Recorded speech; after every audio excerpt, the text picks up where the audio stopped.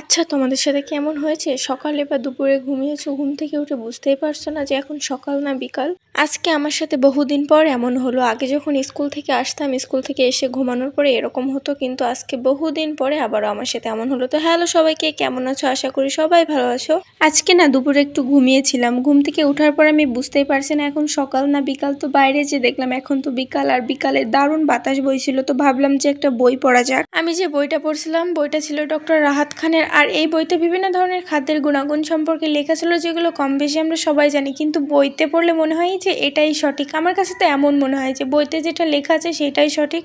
আমি যখন বইটা পড়ছিলাম, বইতে যা যা লেখা আছে আমি মনে মনে ভেবে নিয়েছি যে আমি এইগুলো আজকে থেকে ফলো করব। যেসব শাকসবজির কথা বেশি করে উল্লেখ করা আছে, যেগুলো বেশি আর কি রোগ প্রতিরোধ ক্ষমতা বাড়ায়, সেগুলোই খাবো। যখন পড়ছিলাম তখনই কিন্তু মনে হচ্ছিল এটা, এখন কিন্তু একেবারেই মনে নেই এসব কথা। আমার না ভীষণ একটা খারাপ অভ্যাস আছে, যখন আমি পড়তে বসবো এটা আমার সাথে হবেই। পড়তে পড়তে আমি কি জানি একটা চিন্তা করি, মানে ধ্যান হয়ে যায়, বিভিন্ন ধরনের চিন্তা ভাবনা মাথায় করে কি চিন্তা করি পরে সাঁতার মাথা কিছুই মনে করতে পারি না। তো যাই হোক, আমি যে বইটা পড়ছিলাম বইতে না ডাবের উল্লেখটা ভীষণভাবে করা হয়েছে। ডাব গরমের সময় খুবই ভালো, আর এই কয়দিন যে পরিমাণে গরম পড়ছে আমার ঘরে একটা ডাব ছিল, ভাবলাম ডাবটাই কাটে। আর সবজি কাটা ছুরিতে আমি ডাব কাটতে বসছি, কারণ আমার কাছে এই ছুরিটা ছাড়া ডাব কাটার মতো আর কোনো কিছু ছিল না। আর যেহেতু আমি নিয়েছি হাতে ডাবটা কাটার জন্য, এটা আমি যেভাবেও কেটেই ছাড়বো। কারণ গাইস, আমি খুব ক্ষমতাবান মাতারি, যেটা ভাবি যে আমি এটা করেই ছাড়বো সেটা করেই ছাড়ি, আর যেটা ভাবি যে আমি এটা করবো না, পারলেও সেটা আমি করি না। মানে আমার মনের উপরে সবকিছু ডিপেন্ড করে কি করব আর কি করব না।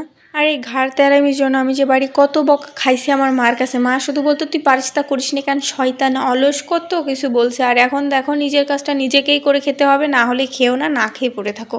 আর আমি যে এখানে কি ভেবে হাঁটুর পরে নিয়ে ডাবটা কাটছিলাম, আমার মাথায় এখন আসছে যে একটা কোপ যদি বাই চান্স আমার পায়ে লাগতো তাহলে তো আমার এখন সদরে দৌড়াতে হতো। তো ফাইনালি আমার ডাব কাটা হয়ে গেল। যতই সবজি কাটা ছুরি হোক না কেন, গুণ থাকলে সব কিছুই হয়। আর এই ডাবটা ডাব ছিল না, নারকেল হয়ে গিয়েছে ভিতরে বেশ অনেকটা, মানে একেবারে পুরো নারকেলের মতো হয়ে গেছে।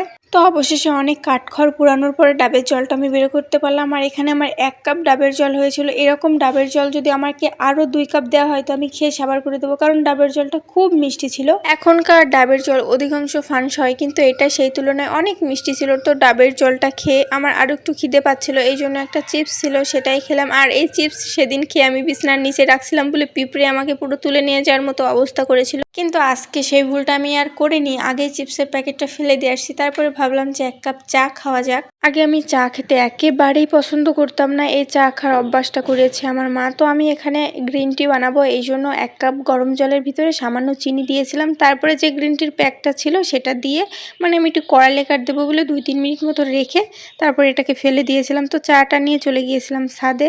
চাটা খেতে খেতে আমার একটা সুন্দর বিকাল কাটলো। আর আজকের ভিডিওটা এই পর্যন্ত। সবাই ভালো থাকবো, আর ভিডিওটা কেমন হয়েছে অবশ্যই জানিও। টাটা।